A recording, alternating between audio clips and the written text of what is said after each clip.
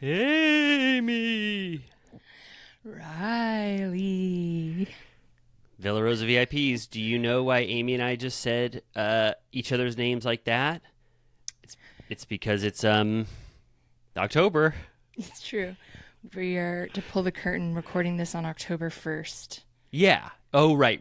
Yes. Yeah, so this is right. So Amy and I just got into the Halloween spirit immediately right when we started this, but you'll have already heard us once before. But still, I hope that on October 7th when this comes out, you're just thinking about pure fun, scary Halloween vibes. Still, right? Just like Yeah. that's why that intro is supposed to be reminiscent of scary, like as if I was Dracula saying your name or something like Yeah. that. Speaking of Can't believe Dracula, that. oh what? That it's What about October? Dracula? Oh, I was just gonna say, did you see? Well, speaking of scary, speaking of scary stuff, I saw something scary yesterday What? on Sunday, September 31st. The trailer for Nosferatu, the Oh, new yeah. Robert Eggers film. Did you watch that? It looks cool. I've seen it in Yeah. theaters a couple times, the trailer. Oh, really? Yeah. Did it scare you? It looks cool. And I love the sort of joke of it coming out on Christmas Day. Oh yeah. Like I like that too. Is Like it's that a super spooky trailer and then it's like Christmas Day. Yeah, I like that too. It looks good. I'm very excited for it. I was scared. I love Dracula stuff. I don't even really know. Like Nosferatu was the like rip-off version of Dracula because they didn't have the rights to Dracula, so they made like a fake version of it for the first ever appearance of Dracula. Isn't there like a 1920s Nosferatu? Yeah.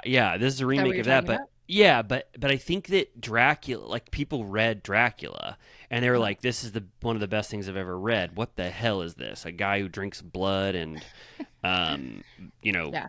drinks blood and can't go out in the daylight." And they didn't have the rights to it yet. Okay. So Nosferatu was sort of a rip-off Dracula. I think I'm possibly right. The first version of a sort of Dracula-esque figure was I Nosferatu see. in the 1920s, and Okay. then once they bought the rights to Dracula, they were like, send this little stinker Nosferatu Nosferatu. sounds scarier. I know it really does. I'm gonna have to check. I'm gonna have to check on that. I'm almost positive Nosferatu was like a little rip-off stinker of Dracula because they couldn't use the name. Yeah. I think I brought it up. Actually, I never know what the hell I said publicly or not, but it was the 30th anniversary of Ed Wood, and I went and saw it. And there's kind of like a funny bit about like Bela Lugosi feels extremely superior to who played Frankenstein? Boris Karloff. Oh yeah. Because he's like Frankenstein character is a joke, like Right. it's all makeup, like who gives a shit about that? He's like Dracula is like Yeah. the Yeah. T.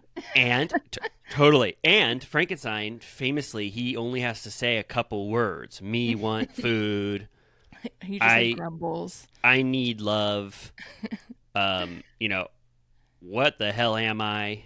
And then Dracula has to say eloquent, beautiful stuff in an accent. And I Yeah. just, similar to you, I just was learning a little bit about Bela Lugosi too. He was the first person to ever put that Hungarian accent on Dracula. No Oh. one knows where that came from, or I don't know if it's Hungarian, but he put like Uh-huh. some Eastern European accent on Dracula. Yeah. And then everybody sort of followed suit after Bela Lugosi. They were like, this character has to have that kind of, odd accent. Yeah. I I, think I've been, he oh, maybe sorry, just go ahead. had an accent Oh, himself.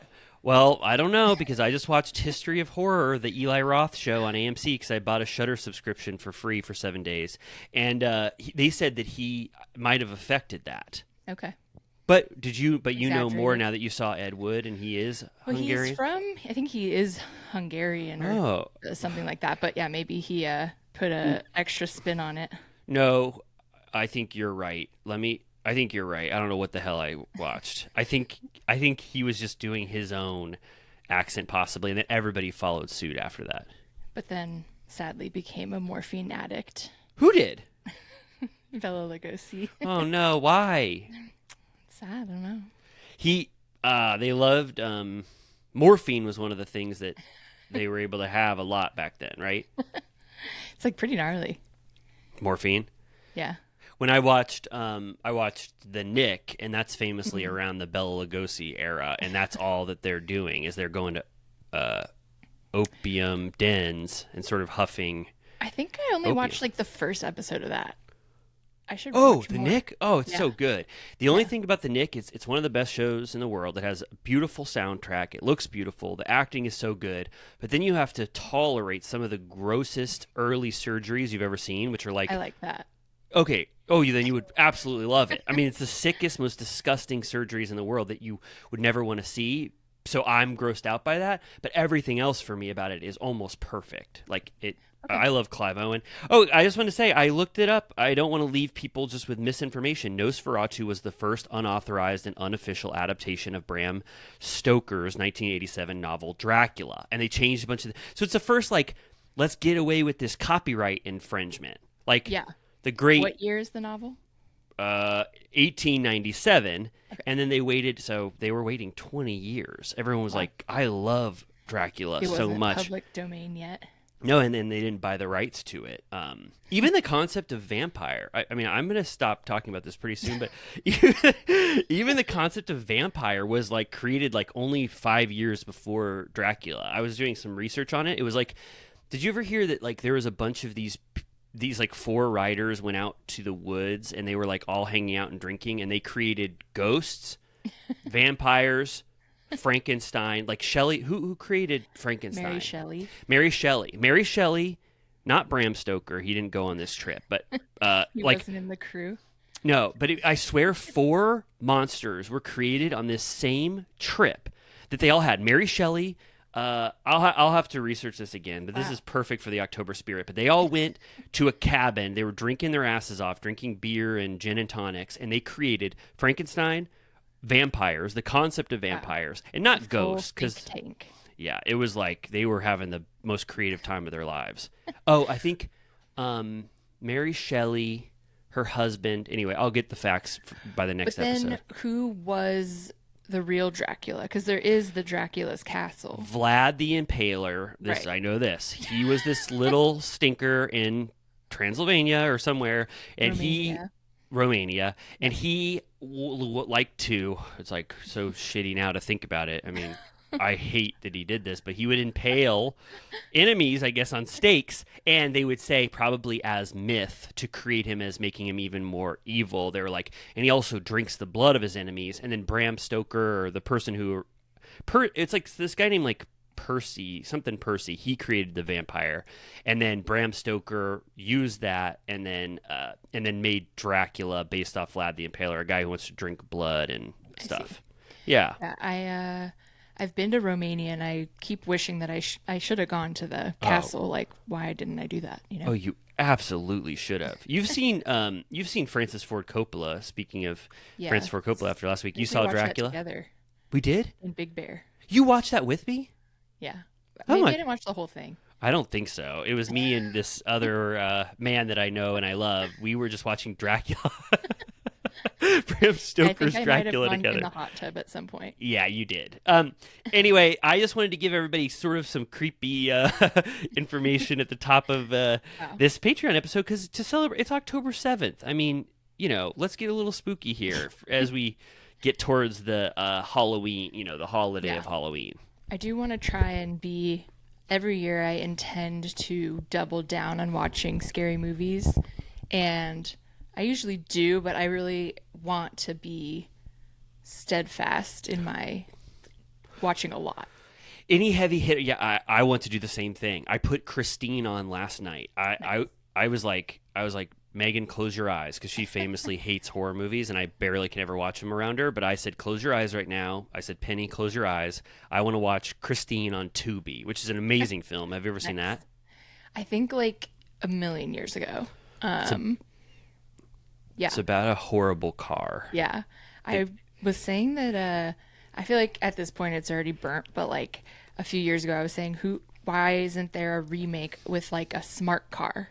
Oh, of know? course. Yes. Like I feel like there's too many like AI horror movies at this point, but like that would be funny.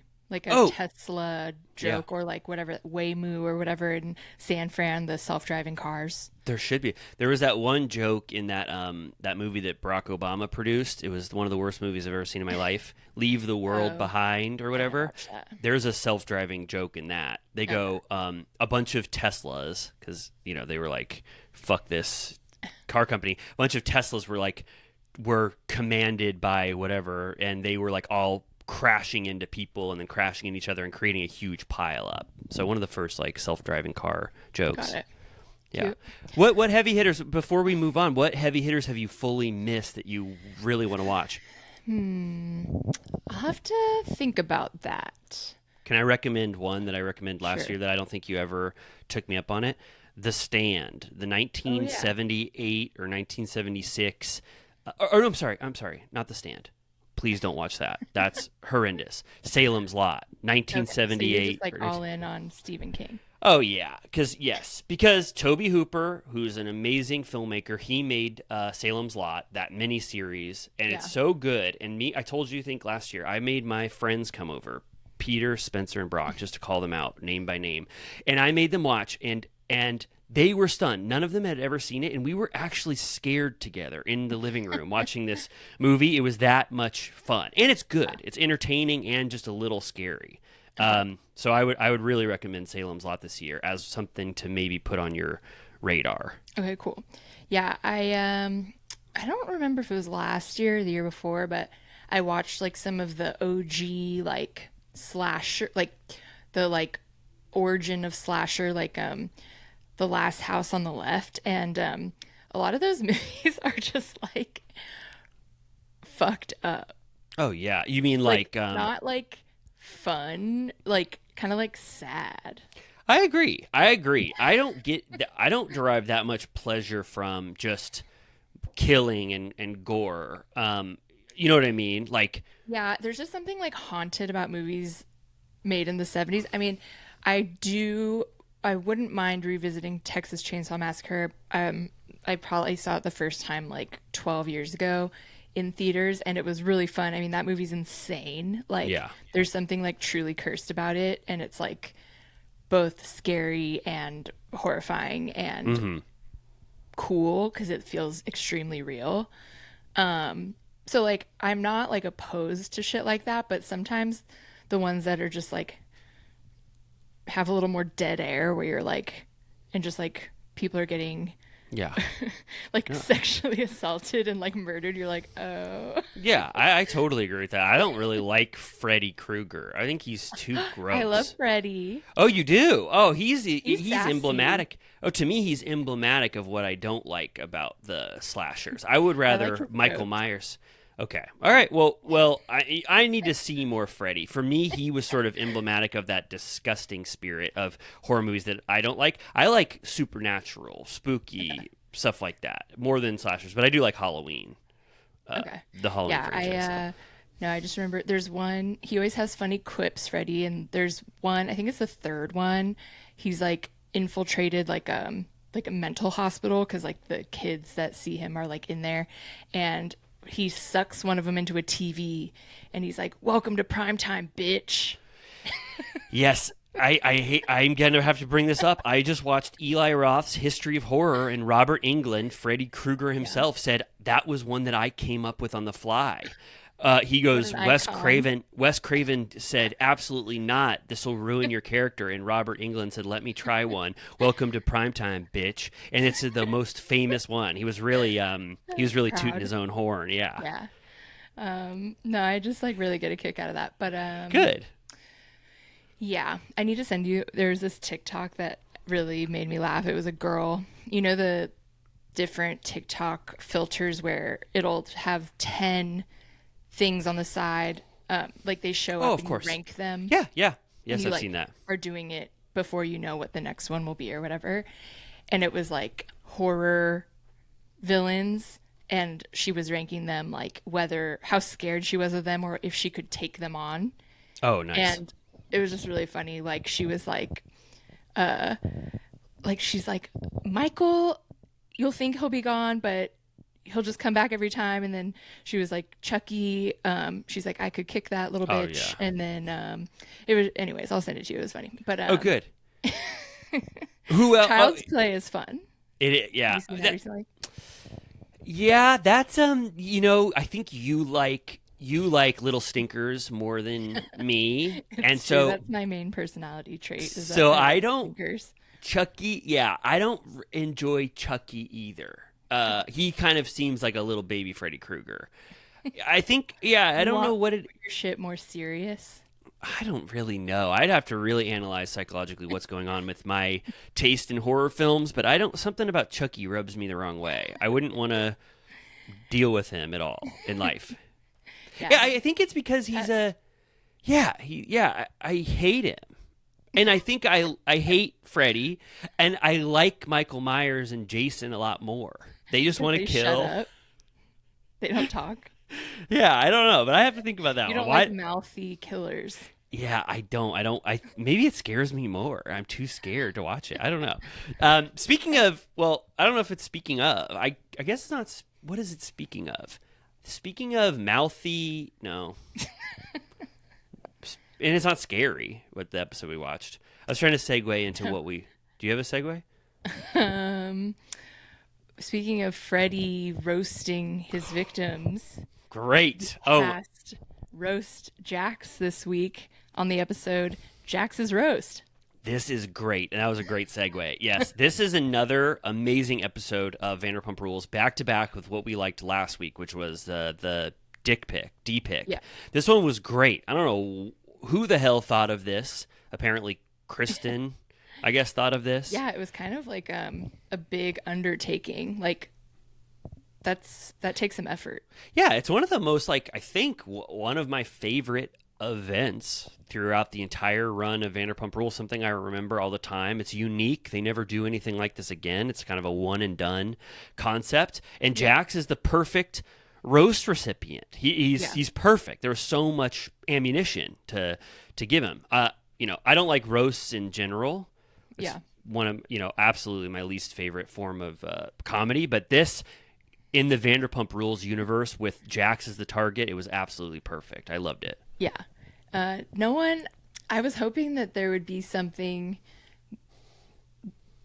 one person who was like really out of the park funny, and they were all a little more just like stating facts, Yes, I want to actually, I thought about this a lot, and once we get to it, I wanted to really break down the joke level, the humor level, and also rank them in order of our favorite, because there's a very clear disparity for me in terms of who did a good job and who absolutely bombed. Yeah. So maybe when we get there, let's talk about it. But yeah, I think I have my two funniest. I don't want to spoil it now. I have my two that I think did the best job, and then I have the two absolute bottom of the barrel, and then the rest are somewhere in the middle.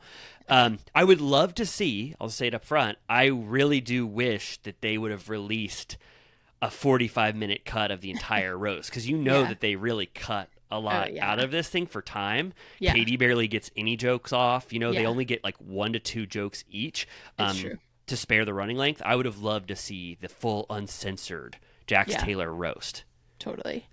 I have to mention that Jax posted today that he's watching that show on Netflix, Nobody Wants This, I think it's called. And I wonder if he heard about it, because I watched it in the past couple of days, and Kristen Bell's character explicitly is a Vanderpump fan, which I feel like hasn't come up in culture very much. That Kristen Bell loves Vanderpump Rules in the universe of this show? Yeah, like she invites her new boyfriend to join her Vanderpump Sundays. Oh, that's so fun. Wow. Yeah. Have you watched the show yet? Yeah, I watched it. It's cute. Oh, good. The whole thing? Yeah, it's 10 episodes. Oh, okay. Is it good overall, or just cute? Yeah, it's cute. It's like a true rom-com, but a show instead of a movie. Wow. Yeah. So it's like, does it still do the structure of a rom-com, but within 10 episodes, like we kind of like each other, something horrible happens, and then, oh wait, I embrace you again and I love you. Yeah. The general conceit is like, he's, it's not a spoiler, it's the concept of the show. He plays like a cool rabbi. Yeah, like I saw that. Rabbi. and she's a shiksa. So that's the main conflict, is that like he would ultimately need to be with someone who is Jewish. Wow. So that's a huge issue for them to overcome. I saw this will be a little old news, very old, but I saw that the creator of that was on Watch What Happens Live. And I was kind of like, I've never heard of this person ever in my life. She came off shitty on that, I thought. Yeah, I only heard her like she had like a kind of a dud anecdote about going to Jax's bar, Jax's Studio City, and then I was like, who is this person? And I go, oh my god, the last name Foster, it can't be. I cannot be in Hollywood if someone has the same last name as someone else, that they're actually related. And then it's like, oh my god, it's David Foster's daughter. I had no clue. She has a sister. The show is like explicitly based on like her and her sister have a podcast on the show. Kristen Bell has a podcast with her sister. She's like in the Hollywood elite, like all of the most famous women you can think of are close friends with her. Like it's like Courtney Cox, Jennifer Meyer, Tobey Maguire's ex-wife, like Kate Hudson, like any glammy, rich white woman is friends with the Foster sisters. And they're like Nicole Richie, like they're kind of like a Nicole Richie, like they're like funny, like they're like hot and rich, but also like funnier than the average person. So they're like huge on Instagram, like a Chrissy Teigen vibe, you know? Don't you love when someone that's super attractive and super rich is also funny? Love. But yeah, she was on Watch What Happens, and I generally over the years have engaged with their shit and thought they were, you know, like entertaining or whatever. But she was like really like not fun in what I saw, and he asked her if she enjoyed watching her dad on Housewives, and she was a little bit like insulting to the franchise in her response, and Andy was kind of like, what the hell? Really? Like she was like, you watch it because it's a train wreck and everyone's like a joke and you want to like laugh at it, and he was like, oh. Oh my god! Wow, yeah. I only watched that one clip, but it was like, oh, that kind of like that ended very like boringly. That anecdote, like it wasn't fun at all. And for me, who's not a pop culture savvy person anyway, I had never heard her name before, and then all of a sudden, it's like I saw 50 articles about her and about this show, and I was just like, god damn, wow, Erin Foster just popped into my world with, you know, quick as hell. Yeah. She, I remember I started to turn when her and her, I think, like her sister and like the people that she's associated with went really hard stumping for Rick Caruso, the Americana czar. Oh, yeah. And they were like, America, or like LA has gone to shit, like our neighborhoods are at risk. And then I like went to her profile, and like her last like anything that she's doing at any given time is like riding horses, like at like a Malibu beach house. Like I'm like, where do you live? Like what city are you talking about? Well, the theory was that if Caruso could make the Americana as good as it was, Los Angeles could also benefit from that same care, right? Just make the whole city the Grove. I haven't been to the Grove in so long, maybe 5 years. I used to go there once every 4 months. It's out of the way for us, but it is fun. The farmer's market. Well, you did a good job there. It's true. We can't take that away from him, but I would never pay for parking at the Americana. I always walk from the Galleria or the street. Oh, I will not give him what always turns out to be like over $10 despite having a validation. Yeah. In the Glendale Galleria, you can park at that Target for free, right? Yeah. Oh. If you're ever, Villa Rosa VIPs, if you're ever in Los Angeles and you want to go to the Glendale Galleria. Wait, no, Glendale Galleria is the shitty one next to the Americana. Yeah. Park at the Target or the Glendale Galleria and walk 4 minutes to the beautiful, wonderful Americana. Yeah. That's right across the street. I'm always trying to get my steps anyways, so it really works out. It's perfect. Well, so in addition to that, this episode is so fun. So fun the whole way because we get, again, 2 rival birthdays. Like Stassi and Ariana already had their fun 3-episode arc where we were seeing their 2 birthdays. And then Tom and Jax are 2 twin spirits who have birthdays that are like 3 days apart from each other. You know what I mean? Yeah. It's like And so we get to see how they spend their 2 birthdays. And I'll just say up front, Tom decides to have a fundraiser for the Haiti victims of disaster, the Haiti disaster that happened. Was it a hurricane? Earthquake. Oh, right. Horrible earthquake. Yeah. Yes, I remember that era. And so he does that, and then Jax has his roast. So that's what we're kind of bopping, between. The first half is Tom's birthday. The second half is Jax's birthday. So a fun, action-packed episode.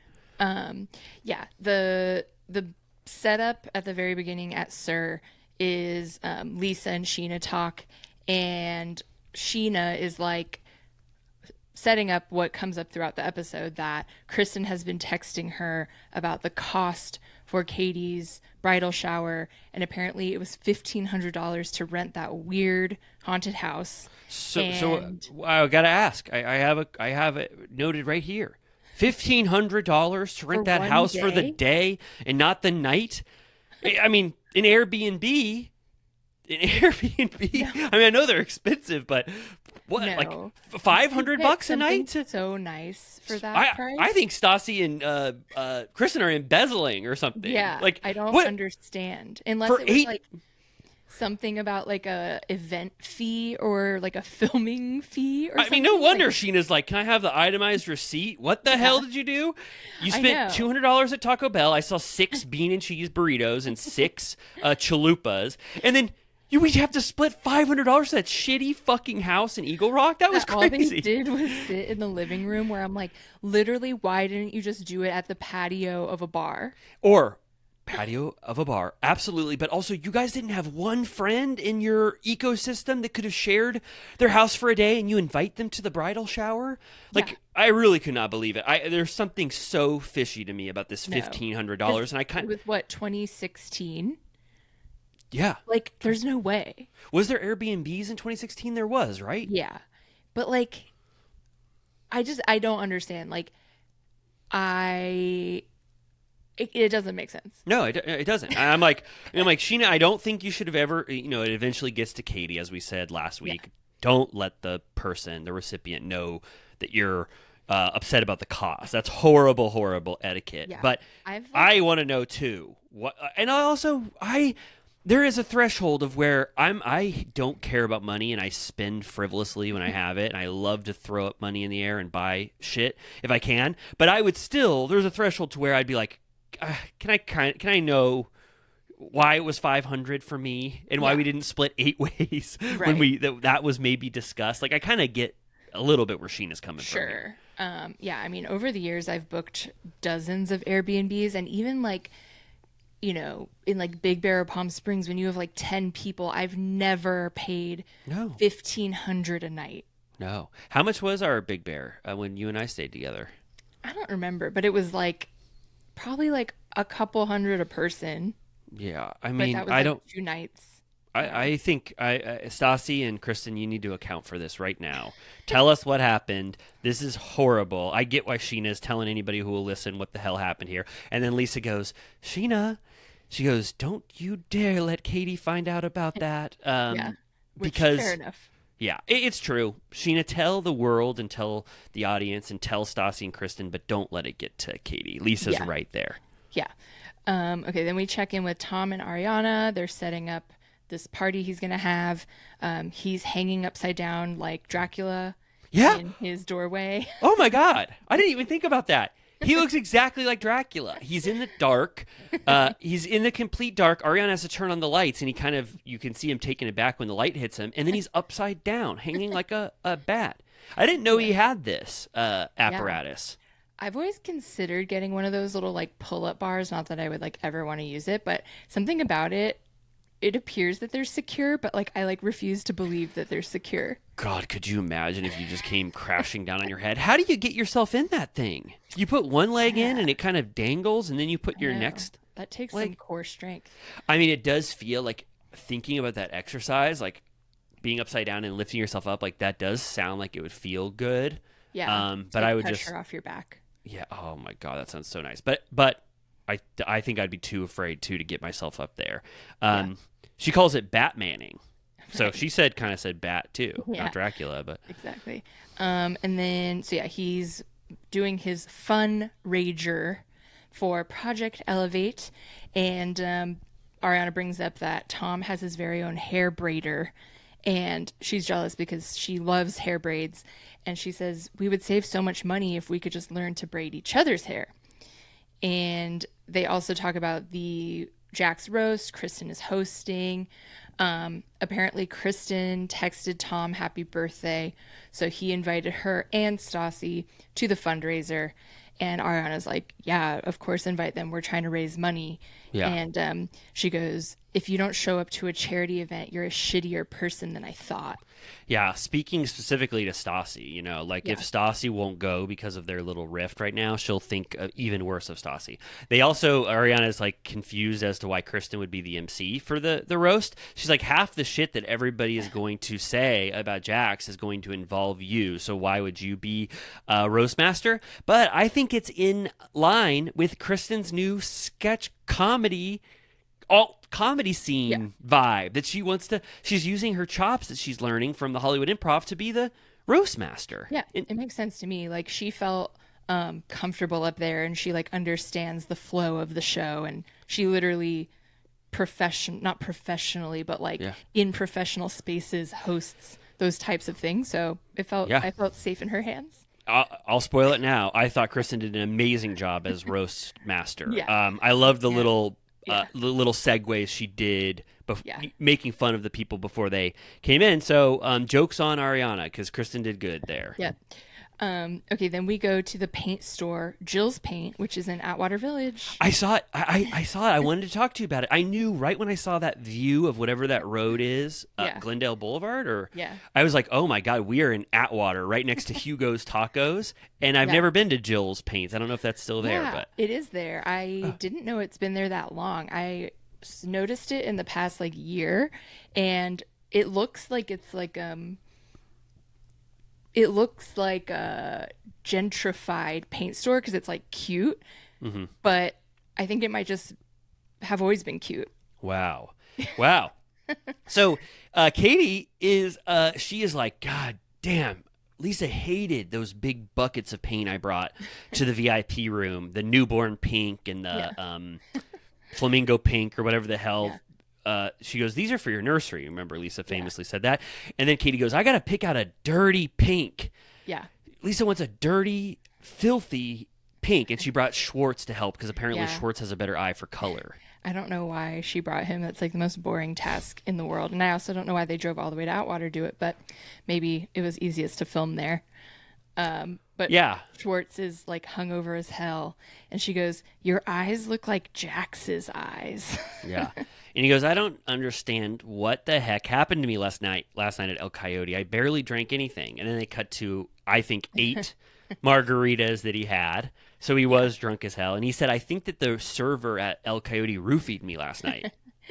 Yeah. And he's like, does he say that she was fired up when she got home? And then it shows that there were rage texts because apparently Katie got home from the shower with all of her presents and everything and wanted Schwartz to help her carry them up, and he didn't want to. Yeah. It sounds like Katie, first of all, like started having a bad time. She got drunk. We didn't see it, but apparently when they started talking about Lala, Katie like hated it, like after that conversation with Ariana, and it like sent her in a bad mood, and she already started texting Schwartz stuff like this night sucks or whatever. Like she kind of let the bad mood vibe get to her when she was drunk. And then she adds a second thing, or Schwartz adds a second thing of what caused the fight, which is that he didn't want to bring up all of her beautiful gifts, that blow up doll, which jokes on him. He could have had sex with that blow up doll if he wanted.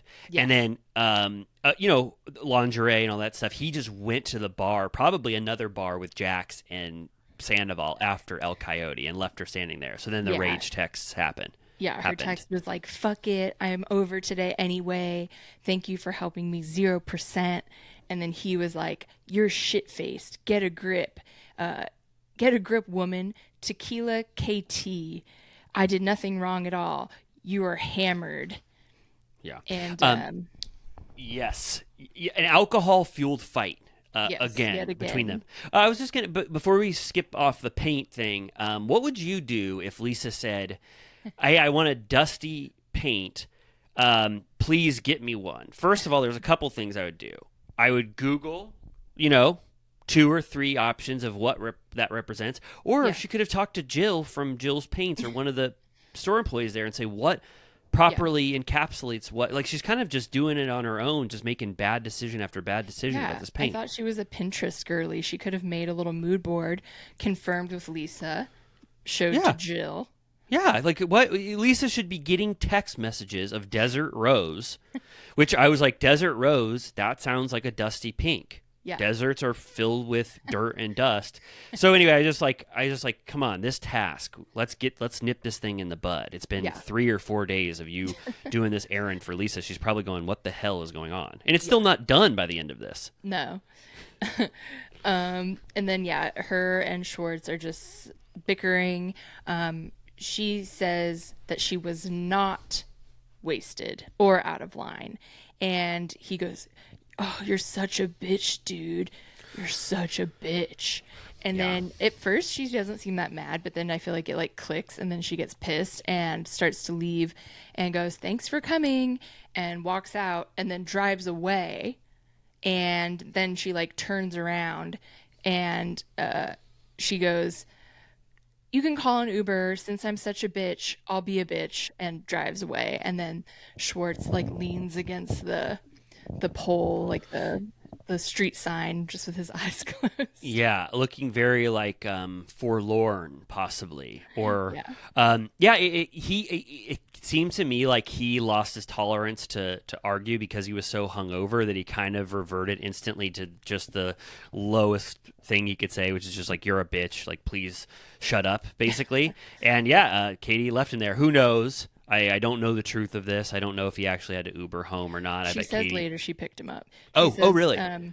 Yeah, she says later he like called her and then was like, "You're right, I'm wrong," and then she picked him up. Oh, okay. Also, good. I mean, that's good. Also, there is a little bit of a storyline that flows throughout this that's not very dissected, but there's some questioning of Katie's relationship with alcohol. And Yes. Katie says at this paint store, she goes, "You thought it was okay, walking in the room and you say you're a fucking alcoholic drunk." So Right. Schwartz called her an alcoholic. Yeah. And then later, we find out Sheena also questions Katie's relationship with alcohol, know, which is I kind of a big forgot. deal. Yeah. Outside of I've only really thought about it in terms of Tequila Katie, but I don't remember that people went as far as to say like a problem with alcohol. I'm trying to think. I mean, like, of all of the accusations you can make about the cast drinking, I would say Katie. I would say Schwartz definitely drinks more than Katie. Like, right? Yeah. Like, It's just like if you Oh, right. start trouble every time Yeah. you drink and everyone knows it, You're like, right. that's a red flag. you're right. It doesn't matter if you drink less frequently. If every time you kind of spiral into the Tequila Katie blind rage, then that means maybe you do have a tricky relationship with alcohol, which we've talked about that before. Yeah. So more to come on that. Yes. Then we go to Busby's, which is like on the west side, I think, or like Well, no, mid-city. yeah, it's on. I think it's right on beautiful, wonderful Wilshire. Wilshire, yeah. Like So near, like LACMA. So I lived. My first place I ever lived in Los Angeles was Park La Brea, which is wow. just like The six. hills.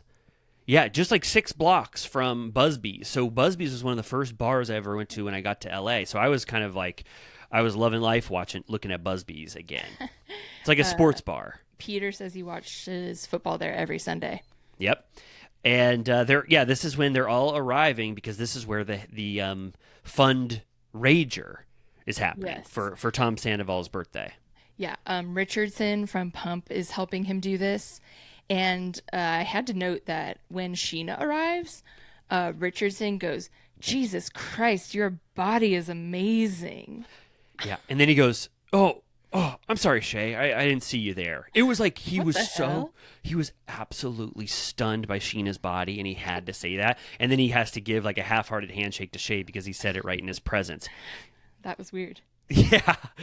James is there early because James is going to have to skedaddle to go DJ at the Red Berry. Yeah. So he wanted to make his appearance known because he got invited to something. So he's very excited about it. And I thought this was kind of fun. He goes to Rachel or Raquel, who's his girlfriend. He goes, "What age do you think Tom is turning? 34? 34? Oh, he'd hate me if I said that. 33? It might be 34." And I was like, whoa, there's this 1 year age lie, or what, he's been lying about what age he is for maybe 6 or 7 years. They think he's between 33 and 34 here. Right. Well, that was also at Jax's thing. They're like joking about him being 40, and then he's like, no, 37. Right. Do you think Jax has been lying about his age too? Probably. I feel like he cares less than Tom. Yeah. Because he's just so much older than everyone. It's undeniable. I was kind of heartened to see that Jax was 37 at the filming of this because I'm 38 years old. It kind of felt like nice. Like it felt like I was like, whoa, 37 is a fun You're age. still in the window. Yeah. That's how I always am trying to keep an eye on the Sex and the City ages because I'm like, once I'm past all of them, I'll be like, I'm going to die. Tell me. Well, you have in Just Like That. That doesn't count. Oh, well, I would still feel good that you're younger than well, whatever. So what age can you tell me who's the last age? Are you below all of them, or do you have like Miranda still waiting in the wings? I have to confirm. I might be older than they are in the pilot. Older than they are in the pilot. But I have to check. Okay. But you're still overall, you're younger by the time they say sayonara. Yes. Within the 6 seasons, yes. That's good. That's amazing. I'm really glad. So then, Tom and Katie come in this place, Busby's, and Tom Schwartz goes, "You know what? Katie and I can fight like cats and dogs, but we just get over it. It rolls off our backs like water off a duck." He goes, "We can be fighting like that and then be lovey-dovey by 6 p.m. at night or something." It's problematic. Yeah, it was a bad fight. I was like, "Ooh, man!" I kind of forgot that Katie and Tom are in a pretty bad place still. Yeah. The Google AI result says Carrie is 32 at the beginning, 35 in season 4. So I'm season 4 Carrie, and then she's 38 by the end of the original series. Whoa! So I have a few seasons left. You are so lucky. I'm Carrie's age when she says sayonara and Big. She's about to get married to Big. 38. That's pretty nice. I can't believe you said this, and then I get to know that I'm Carrie's age right now. That's kind of nice. I'm just about to end it. But Carrie was the youngest, right? I think. Well, obviously Samantha was older than them all, but I think they were all around the same age. Like, again, I'll have to look that up. That's trivia I'm not sure of, but Samantha was always at least like 5+ years older than them.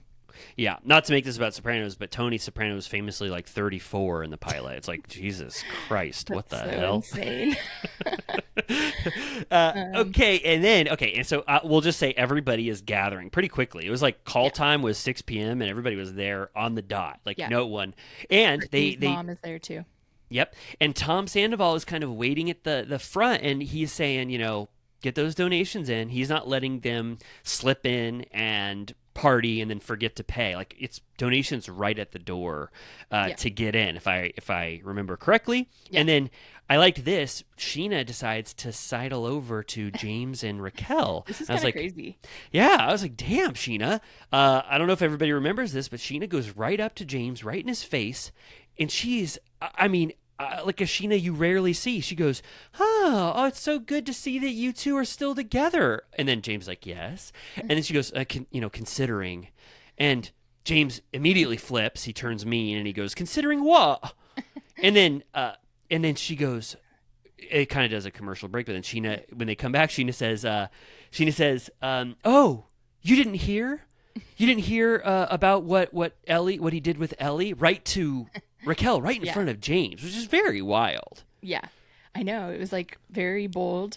And he's like, I don't care. Ellie's a DJ groupie. Like, he's just trying to discount her perspective. Sheena says she's got a photo of you in your bed, and then Raquel said at this point she's Raquel. She goes, "Who takes a picture in someone's bed?"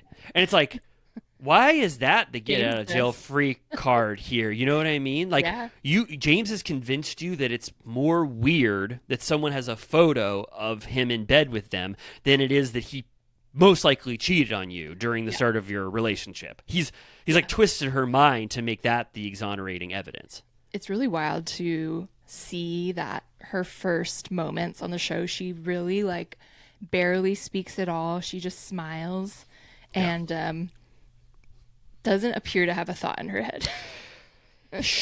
I think, because say what you will about Rachel's overall intelligence, which I know people speculate, I've listened to her podcast more than I think any other human has in the world. And there was a couple episodes where I was like, Rachel is hitting on some real truths, and she's self-reflective, and she's doing a good job, and she's able to talk for over 20 minutes in a which maybe a low bar. String words together. She can string, but I'm just saying it is so night and day from where Rachel is here, and I have to just blame it on, I almost think I would be Rachel level horrendous on camera. I just think she's so nervous. She's so embarrassed.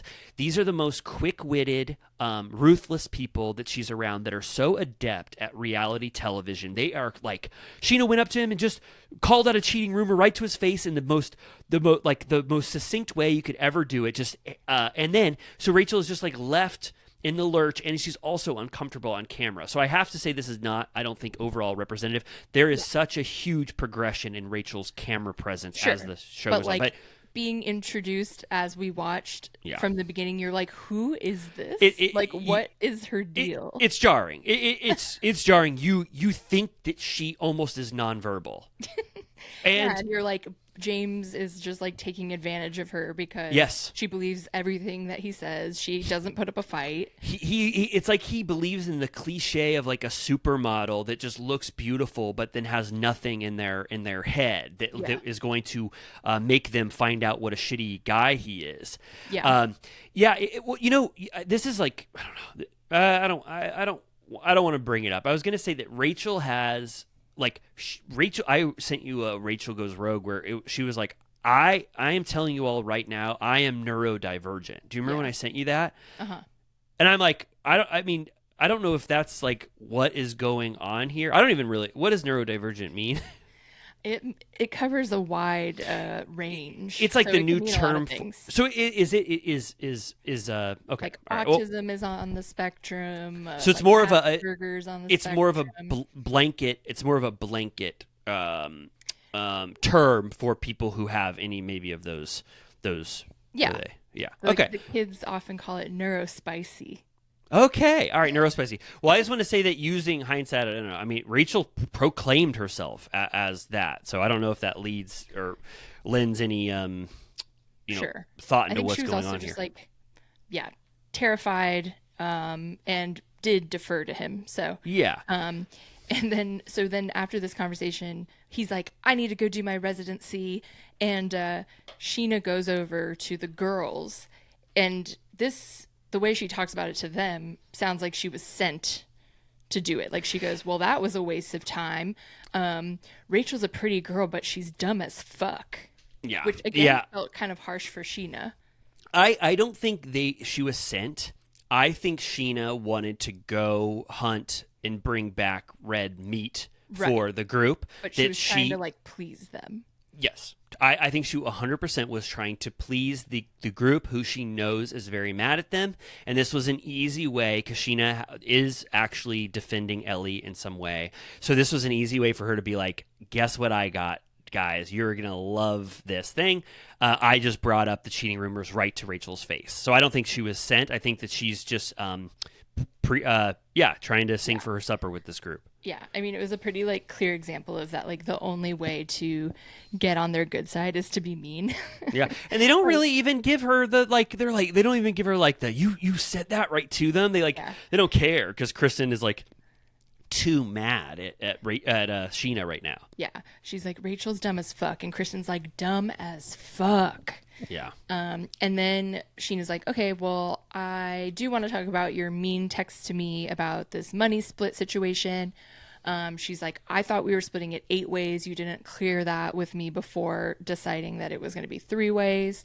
She goes, if it was 8 ways, that would only be half a shift. So that's interesting. I didn't do the math on how much that means they make per shift. I can't do that in my head. I can't. Divided by 8. Oh, let's see. Yeah, let me do it. Oh, sorry, I did. Hold on. 1,500 divided by 8. This is good to know. Okay, $187, and then let's do times 2. So they make which this sounds reasonable to me on a hot or like a hectic sir night. $375 in tips and in wages. $375. So I guess that they made the call without Sheena knowing that they weren't going to split between all participants. They were going to just split it themselves. Right. And then they're talking about it. And then that's when Katie pops her little head in to peek over at them and say, thank you so much. And then they're thank you so much for what you did yesterday. And everybody's like, zip it, Sheena. Don't talk about money anymore in front of Katie. Yes. And Sheena's like, I feel like I'm losing my voice in this group. I don't know how much longer I can take it. So that is pending. Jax, Brittany, and Brittany's mom arrive. Jax tries to donate money and his card is declined, which is funny given that like a lot of the roast stuff is about things like that, like his car not starting, etc. Yeah. How much do you think him and Brittany gave? Because he said this is from both of us, so I assumed larger than you'd think. Right. But I was thinking $200. I thought 200. Yeah. I thought 100 each. That's exactly what I wrote down. This is like so silly, but watching this, there's a quick moment. It's kind of funny if anybody's rewatching this episode where Tom Sandoval like goes up to Jax and says, thanks for coming. And Jax looks at him for a full 4 seconds like he doesn't know who he is. And then he goes, hey man, happy birthday. And I was just like, whoa. Jax like spaced out and didn't know who Tom Sandoval was for 3 full seconds. I don't know. I've never seen anything like it. It was really funny. And also I wanted to say there was a lot of it's a regular who's who at Busby's. When you look around, now we know some of these people. Zach Wickham is here. Zach Wickham is having so much fun, laughing and like spinning around in circles. And then Brad is there, right at the yeah. Schwartz brings out Jaeger bombs to Brittany and Stassi, and they chug them. And Brittany says that she got a THO, a titty hard on. Yeah. That's when you drink something cold really fast and it makes both of your nipples. I hadn't heard of it before, but I was sort of imagining what that meant. But Stassi was stunned. I don't think Stassi knew what that meant either. I really didn't. I have to ask about those Jaeger bombs. Why didn't they want to do the classic fun thing that you get to do with Jaeger bombs? That's when you drop it in. Yeah, those are like pre-made Jaeger bombs. True. And then we get Lisa talking about Lala being MIA, and she's checking in with Ariana and is like, what's going on with you and Stassi? And Ariana goes, well, I don't like her very much. Yep. And Lisa's like, Stassi wants to rule the world. Yeah. And Ariana goes, and she's not going to rule mine. Yeah, I will not be Stassi's puppet. Yeah, this was music to Lisa's ears that Ariana doesn't like Stassi. I want to say one thing about Lala. So after Lala had that sit down with Lisa 2 episodes ago where Lala said, Lisa, you just said the magic words. I am back in action with you, and I'm back as part of this show. Apparently, she's been gone for weeks and been missing her shifts and is not a part of this cast. So that conversation didn't mean anything. She is still dodging this show. And also, I read news today, which I don't think it needs to be in the main feed. It's just Lala-centric. But Lala was on her podcast, and she was talking about regrets. Obviously, someone wanted her to say that she regrets how she treated Ariana, but she doesn't give anybody that. She says her biggest regret was the summer bodies comment in season 5. Wow. She said that was me being insecure and that it was so low of me, and I hate that I said it, but I wanted to go full blown guns blazing at the start of the season because the producers let me know that everyone had found out that I was dating a married man, and even the producer, Jeremy or whoever, like saw her Rand tattoo and said, "We all know that you're dating a married man." So Lala knew that that was going to be one of the storylines that was going to be coming up. So it made her want to tap out from the this season, and that's why she's so intermittent throughout this, because she's reeling from the fact that she got exposed for dating a married man. So it kind of explains her arc this season a little more. Yeah, she's like totally MIA. Yeah. Then Lisa and Katie talk about paint. She goes, "What the hell is going on with this paint that I sent you to get?" The dusty rose, where is it, darling? And they talk. She recaps that like her and Tom got in a fight during the paint. He called her a bitch. Lisa's like, "What the hell? Like, you're supposed to get married." And then this is where she goes, "He redeemed himself. He said it was his fault, and then I picked him up and whatever." Tom said, "I'm the one that went to the dark side," which I'm like, okay, Katie, like, look no further. Yeah. Yes. Yep. That's exactly what happened. I was going to say one other thing, but I completely, I forgot. That Katie said I wanted to get Tom Schwartz's eye on these colors. And Lisa was she said, "I'm sorry. I don't think I feel comfortable having Tom Schwartz pick out the color of my VIP room," which is like a reasonable response. Sure.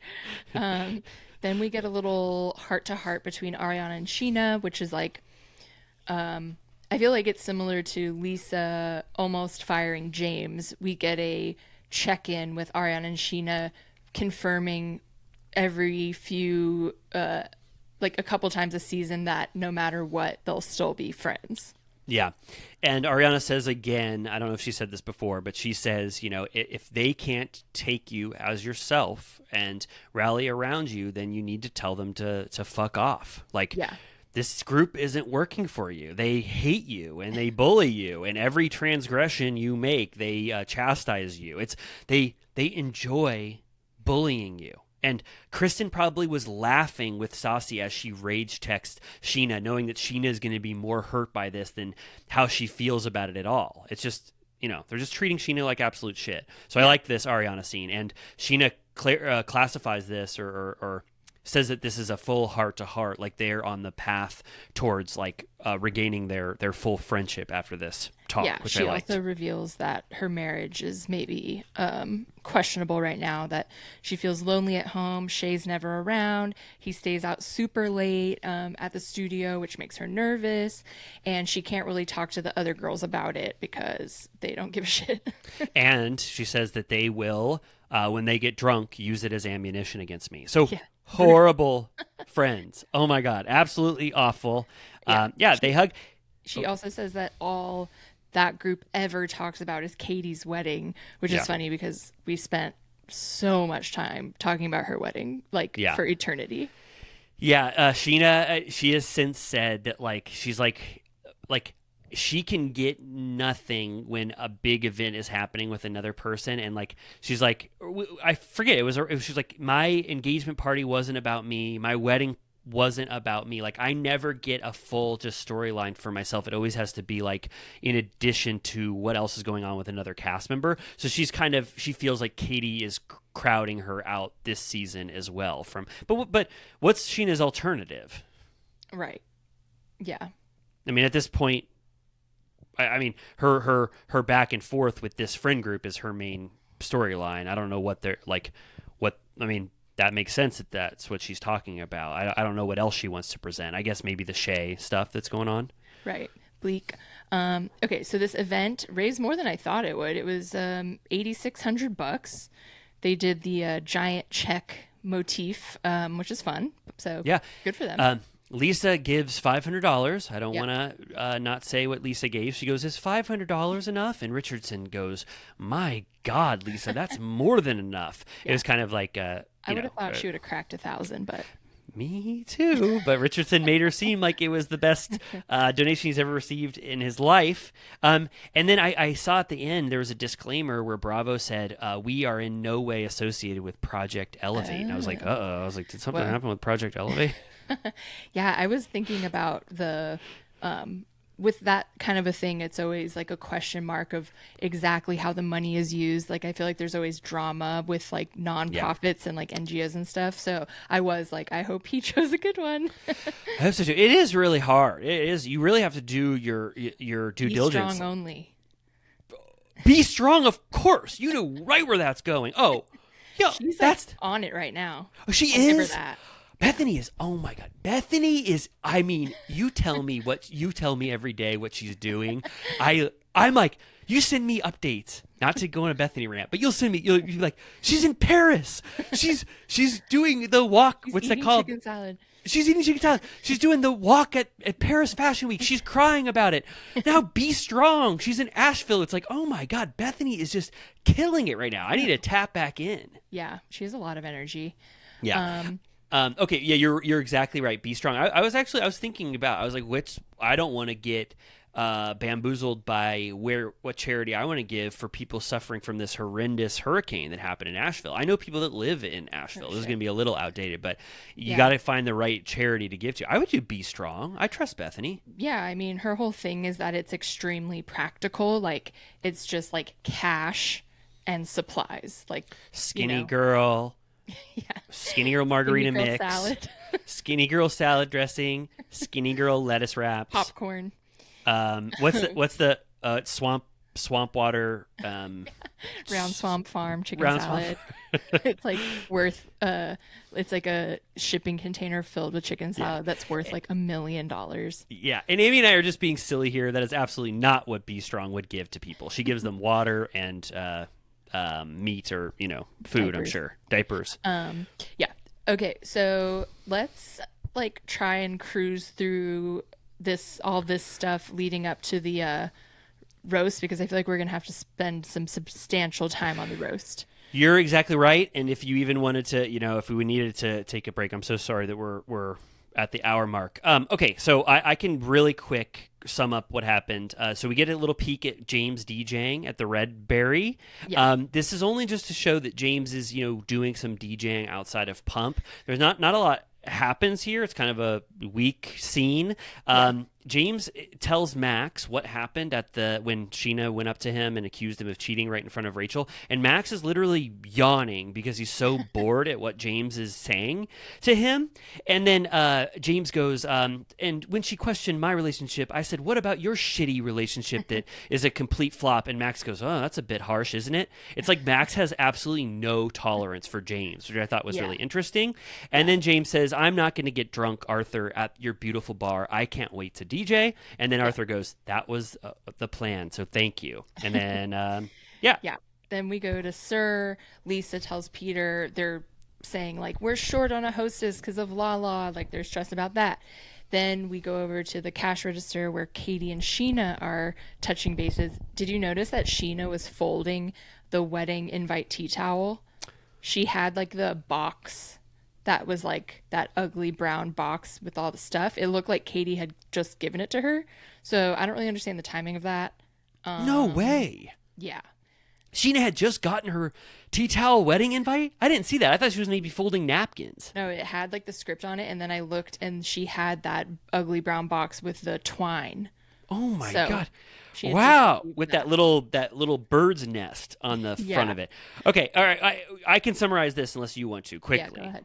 Okay. So then Sheena goes, Katie, I got to tell you, I'm glad you and Schwartz are doing a lot better. It turns out that you both were just drunk as hell. And it seems like a lot of your fights stem from you guys being drunk as hell. And Katie goes, yeah. She goes, that's true. We were drunk as hell. But I also get mad at him and fight when I'm sober, too. And then Sheena says, and just so you know, it's not just Schwartz who fights with you when he's drunk. You also fight with him. I feel like Katie had very minimal tolerance for that kind of feedback. Like, I almost think that she could have made a meal out of that. But she actually lets it go because Sheena offends her sensibilities even more by saying, hey, also, Kristen has been texting me a lot, multiple times, rage texting me. She's been horrible to me because I want to split. I want to know what the hell was going on with this $1,500 Eagle Rock mansion. And then they play the sting where Katie looks up or down like she's so pissed. And Katie just loses all attempt at trying to have a reasonable conversation with Sheena. Sheena just spirals, talks about it, and then Katie gives her absolutely nothing, and then Katie goes, "Good talk." And Katie is just absolutely fucking pissed at Sheena, is going to use that against her forever. Oh, yeah. Yeah, and Katie says it's etiquette 101 not to tell the person whose party it is how much you spent, which I agree, that's extremely tacky. It is. It's just, you could do this, like we said, you could do this to everyone else. Just don't let Katie hear whispers. I don't know what she had, I don't know what she was thinking, just spitting that out. It was like she wanted to maximize all of the things she wanted to have a scene with Katie about, and so she threw that in there, and she didn't realize the impact of like telling Katie firsthand what was going on. Do you want to take a break really quick, or do you want to still just get to I'm good to cruise through unless you need a break. No. I feel good. I just don't want to take I want to do the due diligence for the roast, but I don't want us to be like scrambling. I think the only scene. Oh, are we at? We're at. There's Jax, Brittany, and her mom at dinner, and they sort of are warning the mom about the roast. Which I'm just gonna say it now. Why the fuck did they let her go to that? Here's why. They producers ask Brittany specifically later, and she says, it's because it's my mom's last night or whatever. But Sherry is dog tired. She's been going everywhere. A Haiti fun rager. She's been zipping around town doing all this shit, so she's tired as hell. I think she would have probably laid back and wanted to just sit at home. I think Jax and Brittany brought her to soften the blows. What Tom Sandoval says. I think they brought her there as a deflection so that nobody went in too hard, because Stassi says, I couched what I was going to say because Sherry was here. Yeah. So I think that's really what they did. Also, I'm kind of confused. This is my not believing the reality of this. Sherry has watched every single episode of Vanderpump Rules probably 20 times. Word on the street is she's one of the most fervent fans in the world and watches all these Bravo shows. So she knows all of Jax Taylor's greatest hits, even the Miami accusation. So I'm kind of like, are you pretending this is the first time you're hearing about this? I know you've watched Vanderpump Rules. It's a good act if she has, because she pretends like she's never heard any of this shit. Right. And then, they're going through. Jax is like, the only thing I haven't done is killed anybody, but I have been in trouble with the law, but it's always silly stuff. And then the only fun factoid here is that her mom goes, remember your 18th birthday that you threw at my house? And Brittany says it was a G.I. Joes and Army Hose theme. What'd you think about that theme? I'm like, what does that even mean? I mean, I guess it's literally just means it's army themed, which is strange. G.I. Joes and Army Hose. I want to see a photo of that. But she said that the cops got called because she secretly had set up like a kegger in the garage or whatever, and her mom almost got arrested because she was letting all these underage kids drink at her house. Yeah, what do you think the rule is of that? If you don't know that someone's having an unauthorized kegger, like... She probably knew. You think she knew that somebody was screaming doing a keg stand in the next room? Come on, kids. And then Jax, for some reason, adds more stuff that he's done before. He goes, I used to sell report cards. I used to put chapstick on my Scantron test so that I would get 100%. He goes full talented Mr. Ripley. Yeah. He says, I have to say, I don't believe this. Yeah. I don't believe it. Jax, as a meticulous forger, that he can forge report cards, that he knew the chapstick Scantron test. Soaking Pan Am airplanes in the bathtub and making little checks. Absolute. What the hell's the guy's name in Catch Me If You Can? Total Frank. Abagnale Jr. Frank Abagnale Jr. I was like, this is like ridiculous. I do, and so Jax, so you were getting hundreds on your ACT. You got hundreds on all your tests. I do not believe this. It's like he loves that this might be a facet of his nefarious personality. Yes. Okay, then we go over to Sheena and Shay are rehearsing what they're going to say for the roast, and Sandoval is helping them. And Tom is like, I think you should bring up the fact that Jax has gotten 2 tit jobs this year. And Sheena brings up her drama with the girls, but who cares? And then it leads to them talking about how vicious Katie can be. And they're saying that they're saying that Schwartz, who's enabling Katie, the friends? Yeah, Kristen that and her Stassi? friend group, Kristen and Stassi, don't call her out on the tequila Katie behavior. And then Sheena goes, Tom, do you think Katie has a drinking problem? And Tom kind of, you can tell he's like rocked by this. He's like, how am I going to answer this on camera? Yeah. And he says, yeah, probably. Yeah, I was like, yeah, maybe, but he's like, yes. yeah. And Shay adds that her defensiveness is a sign. Yeah, I will say, if once Katie watched this, I can understand why Katie and Sheena don't have the best of relationship for the next few seasons. Sheena just brought up on camera, pretty much unprompted, Yeah. asked another cast member if Katie has a drinking problem that she's not reflecting on. It's like pretty bold, Right. and it gets another cast member to affirm that it's probably true with her husband. Right. Yeah. Then we get a scene at MedMen, the like weed store with Katie and Stassi, and we get a little scene of them applying for their weed license, which I always forget was a thing. I was a part of that. I never went. I was like 2013 or whatever the hell that was. I went to a doctor and I said, I forget what I said. I'm so scared of dying. I can't sleep at night. And they go, let me get you some weed. But I never really used it. Right. Yeah, my habit was pretty much done at that point. I didn't need to do it, but We've talked about weed before, but Katie wants to have a weed era now because she is actually taking initiative on this rageful drinking persona I she need has. a different thing to get fucked up. She goes, I'm going to switch from tequila Katie to toking Katie, which didn't work that well. No, and Stassi doesn't even know what toking is. She's never heard that before. I know, she was like, how do you spell that?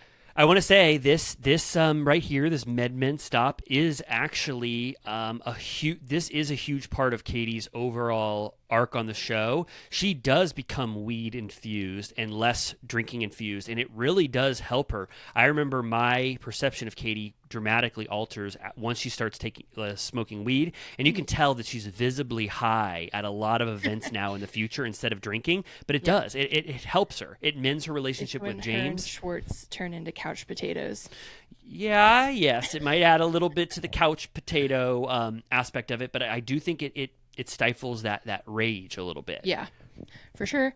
Then we get the last thing before the roast is that Kristen comes over to Brittany's place to talk about the roast, and Sheena texts her saying that Tom is going to bring up the Kentucky Muffin Gate.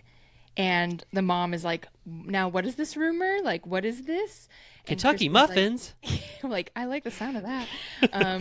Kristen's like, long story short, Jax made up a rumor that we hooked up. And the mom is like, that's not cool. Not cool at all. You never told me about this. And Brittany's like, why would I tell you about this? Like, yeah. And Brittany goes, Sherry goes, that's not cool. And Brittany goes, I know how you feel about that. ... And Sherry's like, I don't like it. She goes, if he spreads a rumor like that, I will pack you up and take you back to Kentucky. Why did Sheena? I'm mad at Sheena. I loved Sheena this episode. Now I'm mad at her again. You didn't have to tell. You didn't have to tell. First of all, we didn't see that scene where Sandoval says that he's going to bring up Kentucky Muffin Gate. Don't warn them ahead of time. I didn't, let's see it. Yeah, I want to see that live. Yeah. Okay. All right. Now we're here, right? Yes. Jax roast. Yep. They hand him a paper crown or like a costume crown to wear. Yeah. He's like, I brought my Tums. I'm ready to go. I brought sunglasses. He doesn't wear them, I don't think. Yeah.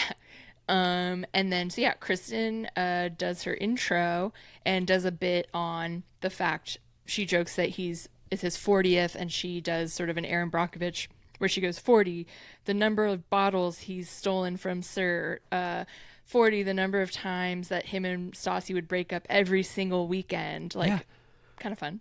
What's the, if you don't mind, what's the Aaron Brockovich? I don't remember that. She goes like, what does she say? I don't want to ruin it. She goes like, I'll look it up. I don't want to get it wrong. It's great. Something associated with saying the same number over again? Yeah, it's like blank the number of times I've like been divorced, like Oh. 3, like the number of Oh. mouths I have to feed, like that kind of Oh. Okay. I just watched that movie. I don't remember that. This event is called Jax Gets Jaxed, which I never looked at it because they're all covering it or whatever. But I was like, that's a fun little roast name for this. Yeah. And yeah, she does that, and then she goes, I thought Kristen killed this. She goes, next up is Ariana's kind of deranged diary entries filled with her lesbian fantasies, just like Jax's Google history. And you watch Ariana, and she's kind of like a pained smile on her face because it calls back to when Ariana was reading that like accusatory diary entries where she was saying everyone in her hall, like her RA was a lesbian, and that they all wanted to like they were all wanting to rush in her room and sleep with her or something. So I thought that Kristen was like holding that in her back pocket to bring that up back to her. And then she goes, then Kristen goes again. She's like, this sketch comedy shit is rubbing off on her. She goes, Ariana and I have come a long way from sleeping with the same man, which is already controversial because Ariana would never admit that. But, you know, I have upgraded to someone much better. That's like how she's come a long way. And oh my God, Ariana absolutely hates that Kristen is scoring points off her like this. I know. It's kind of funny watching Ariana be so bitter because Kristen like was fine. She was good. Yeah. And in her confessional, Ariana's like, I think it's really cute that Kristen's so proud of her very obvious and typical jokes. And Ariana, when sketch comedy is involved, Ariana gets holier than thou. We know that to be the case. Those were not very obvious. Bringing back your diary entries from college, that's kind of a obscure callback, which I was delighted to hear again. And I thought that we've come far along now. I'm dating someone better than the ex that you cheated. You cheated with me on or whatever. Yeah. Like that was great. They were both classic. Was, like, within reason. But then when Ariana goes up, I feel like hers were kind of like brutal. Brutally like booze, crickets.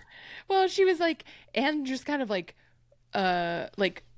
mean spirited in a way that like, I don't know. So she goes, Kristen, you need to wipe your mouth. You still have some bullshit on your lips. And then she goes, what did she say? Like, I'm surprised to hear you say all this because when you fucked Jax, it was so bad you kept your mouth closed for once. And it was just like a little bit like, ugh, to me. Yeah. So I gave her a 2 out of 10 on the bullshit in the corner of your mouth. I just think that is like very, very bad. Like not funny at all. And then I think I liked how action-packed the fucking Jax, and it was so bad to get that out of the way immediately. I kind of liked it, but you're right. It wasn't funny. There's no like twists of the joke. It was just like you fucked him and it was so bad that you kept your mouth shut for once. And then Ariana gives herself a pat on the back, which nobody really likes to see that. She goes, we can trade blows, but I am much better at it, which that's debatable. Yeah, up for debate.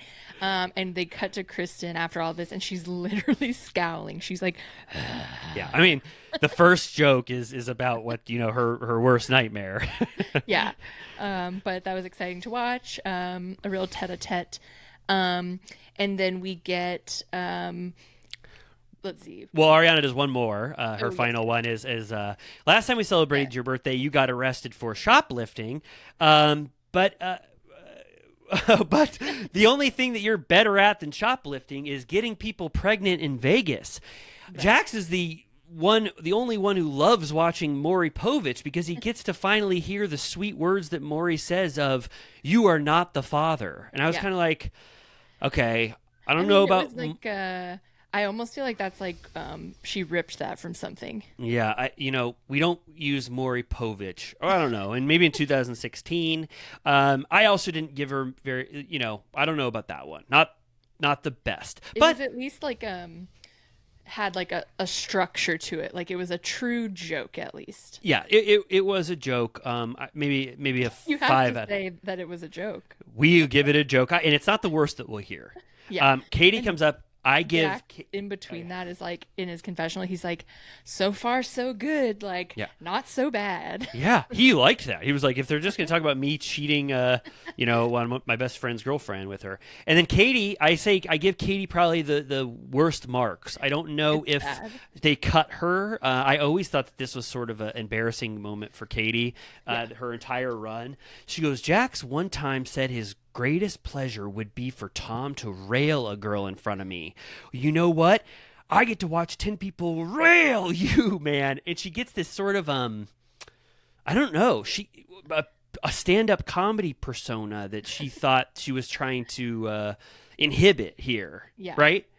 Yeah. Or inhabit. Yeah. Inhabit. And then she goes the next one is Jax is very generous. One time he gave me sunglasses, but it turns out they were his ex-girlfriends. It's like she just was relying on that like strong voice to be the punchline when there's no semblance True. of a joke or a punchline here. No, it was weird. And but I did love that Sherry turned to Brittany and was like, he gave me sunglasses too.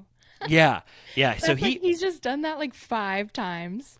what do you I was gonna like what do you think psychologically is going on when Jax gives a bunch of people sunglasses? He's decided it's the perfect gift and they're easy to come by, I guess. I think it's so that those people in his life don't see him clearly. Oh, wow. Oh, Rose-colored. He gives everyone rose-colored glasses. yes.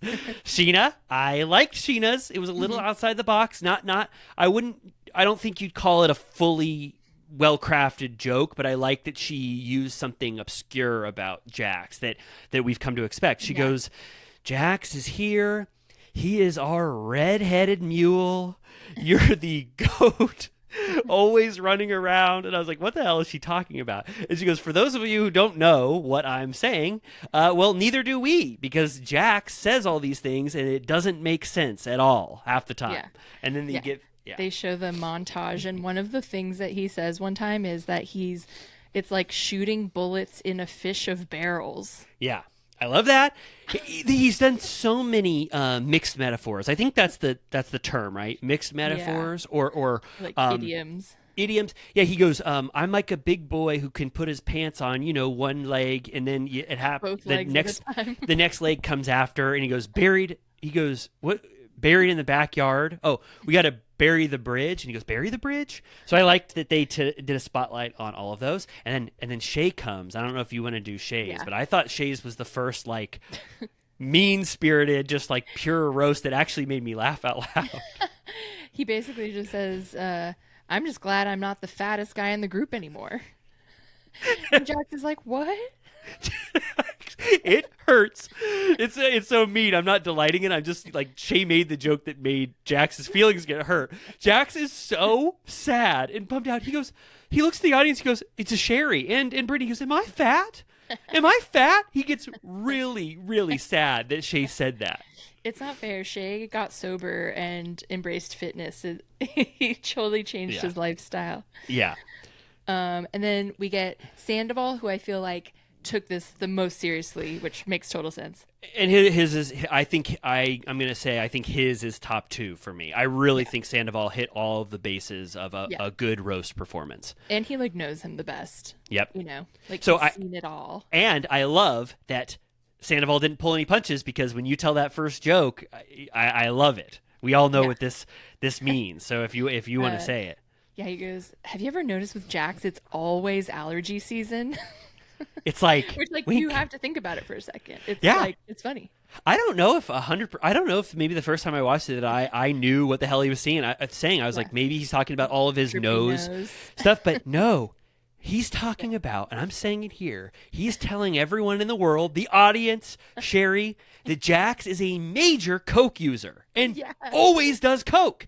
And he goes, the first time I met Jax was in Miami, and my first memory of him was him slamming the door down, kicking in the door and going, I can't feel my teeth, which is something that's a Coke head or someone that is actively using Coke would say, because your teeth famously get numb on Coke. Do you think Sherry got that, or do you think No. she was just like, okay? Absolutely not, because I think it flew over my head the first time. I did not know how much Coke was the ninth cast member of Vanderpump Rules when I watched Totally. this originally. So I think Sandoval finally, and Sandoval did it to James too, when Yeah.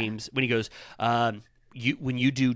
When you get drunk and you do uppers. So Sandoval is so fine with throwing out the Coke Yeah. accusation to cast members. I'm surprised Yeah. Jax wasn't more pissed Yeah. at, We at need this. the movie like Saturday Night, but about the early seasons of Vanderpump Oh, Rules. oh my God. I mean, the more we say it, like, the more I really do think you and I mean, I don't want to toot our own horns because that's obviously awful, but like, if someone was going to write the oral history, I mean, it's probably going to be Brian Moylan or whatever. Right. But if he says no, you and I, all we have to do is just interview a bunch of people for oral histories. All it is people talking for a long Yeah. time. It's like the easiest thing in the world to edit. Yeah. So, I Yeah. don't know, something to consider. I mean, there's so much gold there that we don't know about, I think. We should recut the Saturday Night trailer, and it's like Alex Baskin being like, "This story has never been told before. They don't want us to win." Yeah. Like, blah, blah, Yeah, blah. yeah, yeah. It's so exaggerated and silly. I would love the Saturday night version of that. Are you going to see that, Phil?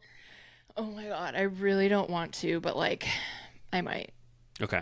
All right. I don't think I will. Stupid. I don't like Jason Reitman, and I don't really care about the lore of SNL very much. It So, looks extremely annoying to me, Yeah. and self-aggrandizing. yeah, I don't think SNL needed this treatment, to be honest. Yeah, and then you say the Yeah. final Sandoval joke, which I also Tom, think is he great. kind of it would have been better, but he kind of biffs it. Like, he doesn't say it with his chest. He laughs the punchline off to the point that you could barely hear it. So I was like, did everyone hear what he said? Because he goes, if you pleased your girl, she wouldn't have had to jump into bed with Kristen. Yeah. But he starts laughing when he says like with Kristen, and it's Yeah. kind of ruined, I thought.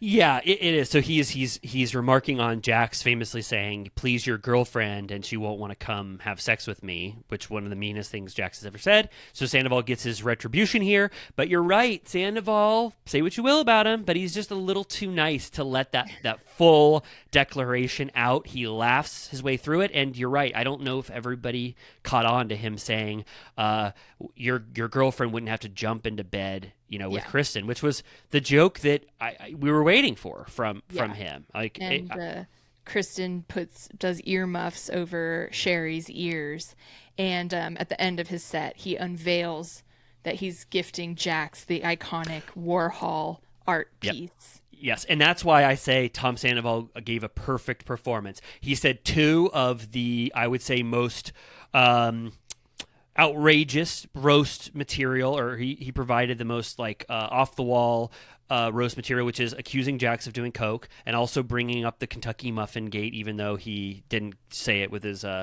full heart. But then he does the thing at the end where you go, I love you, Chevy Chase. You were actually a huge inspiration to me. He gives him a nice gift that blows Jax away. Jax goes, "This is fucking awesome. I love it." And it is. It's like an iconic piece of art. Yeah. So I love that. Did you notice that Tom was wearing a Jax sweater too? No, I He was didn't. wearing that whatever type of collar you call that, like the Oh, cable it's knit. even more layered than I thought. Then we get the final. I think this is no, not the final, but I think one of the best ones, which is Stassi. Stassi. Yeah. Yep. Yeah, she had like a plan where she brought a bunch of items in a bag, and she's like, "I'm going to show you all of these things, and you're going to have to figure out what they have in common." And it was like her like Miu Miu wallet, a sandwich, and a frame that said "My trust and innocence." And she's like, "What's the common thread?" And everyone goes, "Stolen." Yes. Audience participation, props.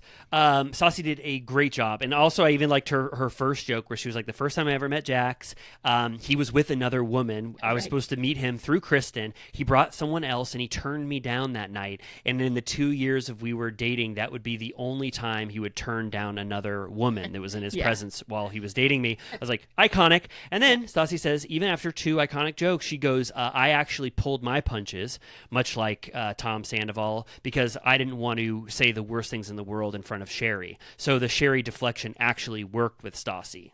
Yes. You know. Yeah. And then we get a video message from Lisa. She sent a video. Lisa blows it. Yeah. Lisa blows it. It is. Yeah. She just says that she wants her stolen stuff back.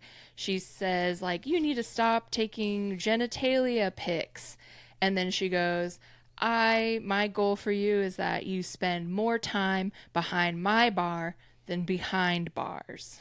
Yep. And everybody's She's kind of. already said that kind of shit on the show. So I was like, she didn't put much effort in. She said, film me, I'll give 1 minute. And then they also have to hold the phone to the mic like I'm doing on YouTube right now. And I bet you I bet people could barely even hear it. Yeah. Yeah. And then Brittany goes, which I was like, how is this going to go? Yeah. It was whatever. Brittany's is horrible. She didn't want to actually make fun of Jax because she doesn't want him to like break up with her on the spot. She's so worried about offending him, of course. So she brings up this stupid Corvette car thing that I've never heard of before. That is so not a big deal.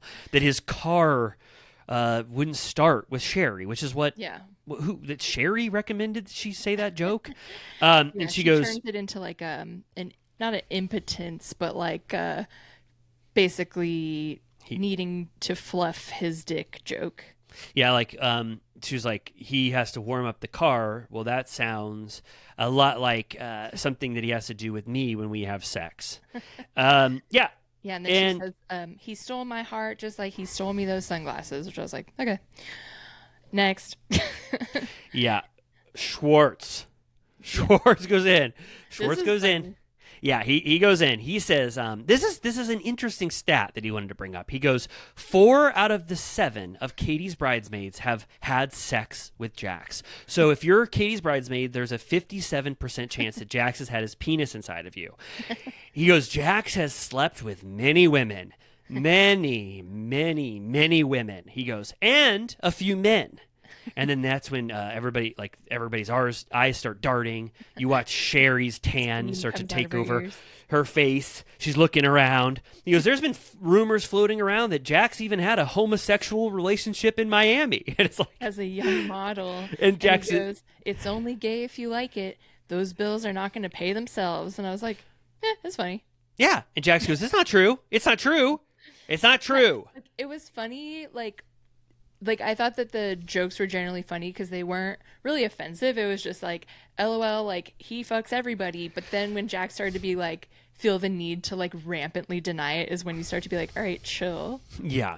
I will say, even though I do love Schwartz bringing up these like new aspects that nobody's brought up yet, womanizing and whatever else, but they still weren't jokes. Yeah. Like they're just observations, humorous observations. Like they don't have structure. Like none of them really did. I'd say Sandoval and Stassi maybe did the best job overall. I guess. And then this is sort of the end, right? It ends with those Jax accusations. Thanks Sherry for coming, and she is like, she's like, I didn't like hearing about you kissing a guy. And she's like, I found that to be the most offensive because of the fact that it was homosexual. Right. And then Jax is like, I mean, it's like they were just busting my balls. I lived with a gay guy for a while, and he was my best friend. And they show the John Miami clip from the show. Yeah. And then he starts to get over it, and he's like, all right, I've been grilled enough. Like, I don't want to talk about this anymore. And Brittany's like, I don't know. It sounded like worse than I thought. Like, I was surprised. And I'm like, why are you now adding on the fuel to the fire? Because she doesn't want to, in her mom's presence, to be like, I've known all about this. I've heard about it. I know that Jax lived with, a gay person. Like, she wants to just fully fake to Sherry that she's never heard anything like this before, like, to please her mother. Muffin. Yes. And seriously, the mom is like, we're gonna need to have a talk when we get home. I was like, a talk about what? You're going to talk about this more? Like, how long are you going to invited? Get out of here. How long are you going to talk about this? What do you need to say? What do you need to uncover about it? I would have been like, oh yeah, it's true. I loved it. I think about it all the time. Yeah, and it's I wonderful. did. I did it multiple times. And then Jax has one of his most iconic quotes, like seriously iconic. I don't want to butcher it, but it's an amazing introspective moment from Jax. Yeah. And they end the episode with it. He goes, out of all the things, he goes, I'm just pissed. I don't understand. Out of all of the things that I've done in my life, going to jail, cheating and stealing, the thing that sticks out the most to you is that I might have kissed a guy.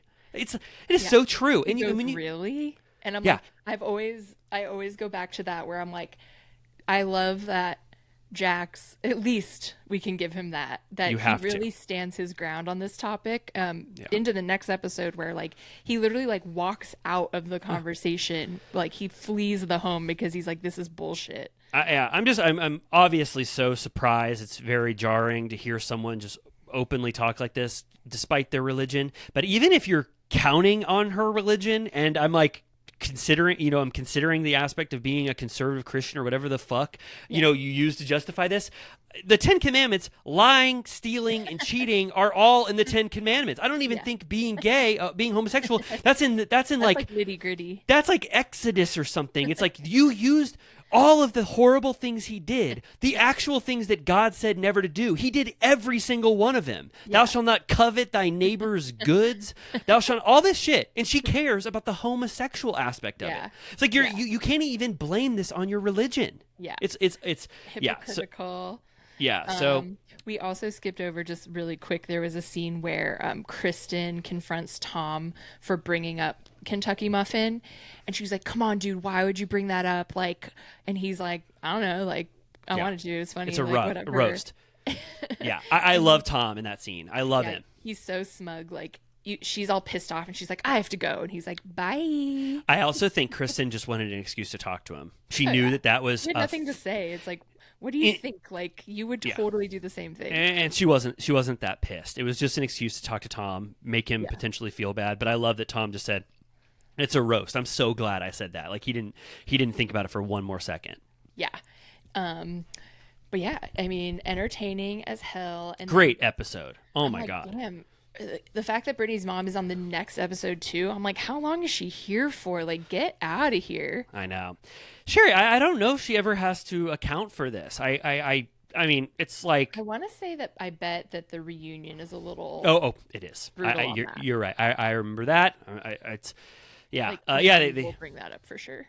Yeah, for sure. And I have seen more recently than a lot of episodes, I've seen the New Orleans Bachelor and Bachelorette, and those episodes are some of the best episodes I've ever seen in my life. Those are coming up in like 2 or 3 episodes for us. So like season 5 is just fucking ripping right now. I'm so excited to be here. When they go on that airboat tour, if it's Lana Del Rey's now husband.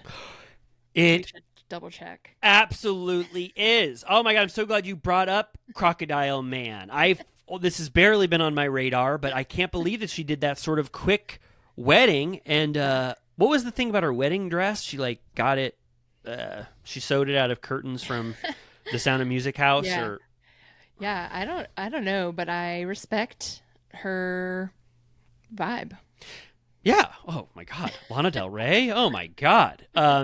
I think she's a Christian. Okay.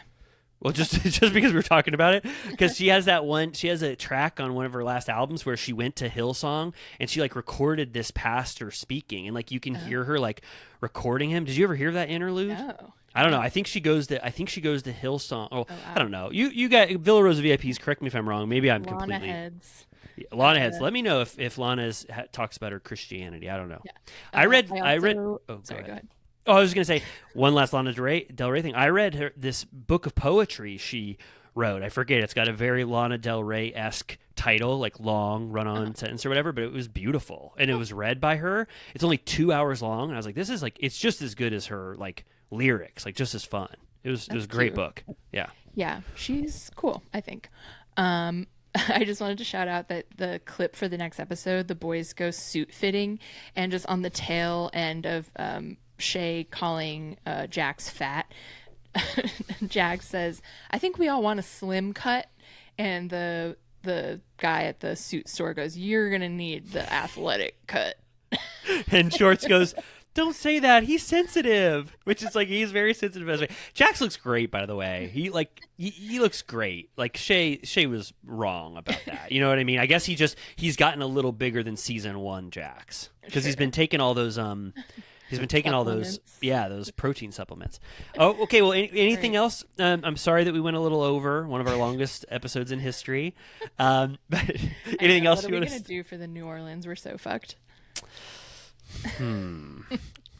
You know what? I will. Well, we don't have to talk about Dracula for an hour next I time. will make a promise to you that no matter what, I will not lead with 20 minutes of Dracula, historical, historical. What's that called? Dracula Factoids. factoids, because there's no reason for it. No one needs it. So thank you, Amy, for tolerating that, and we will. Yeah, let's say that from now on. And Villa Rosa VIPs, you keep us honorable. On big episodes, we don't talk about Nosferatu or the origins of monsters for a bit. We will just Yeah, get right into it. they're getting Okay, good value per whatever $5 divided by four is. amortized. It's Amort. like a good value. What the I longer hope. you go. I hope so. I hope our Villa Rosa VIPs feel that. I want to speak directly to you guys before I end this episode. Villa Rosa VIPs, we are so happy of the Villa Rosa VIP community. Thank you for joining us. Thank you for commenting on our discussions every week and saying fun things or saying what Amy and I missed or what you liked. I like. It's so fun. And Amy and I always, we look at every single comment and internalize it and think about it for days.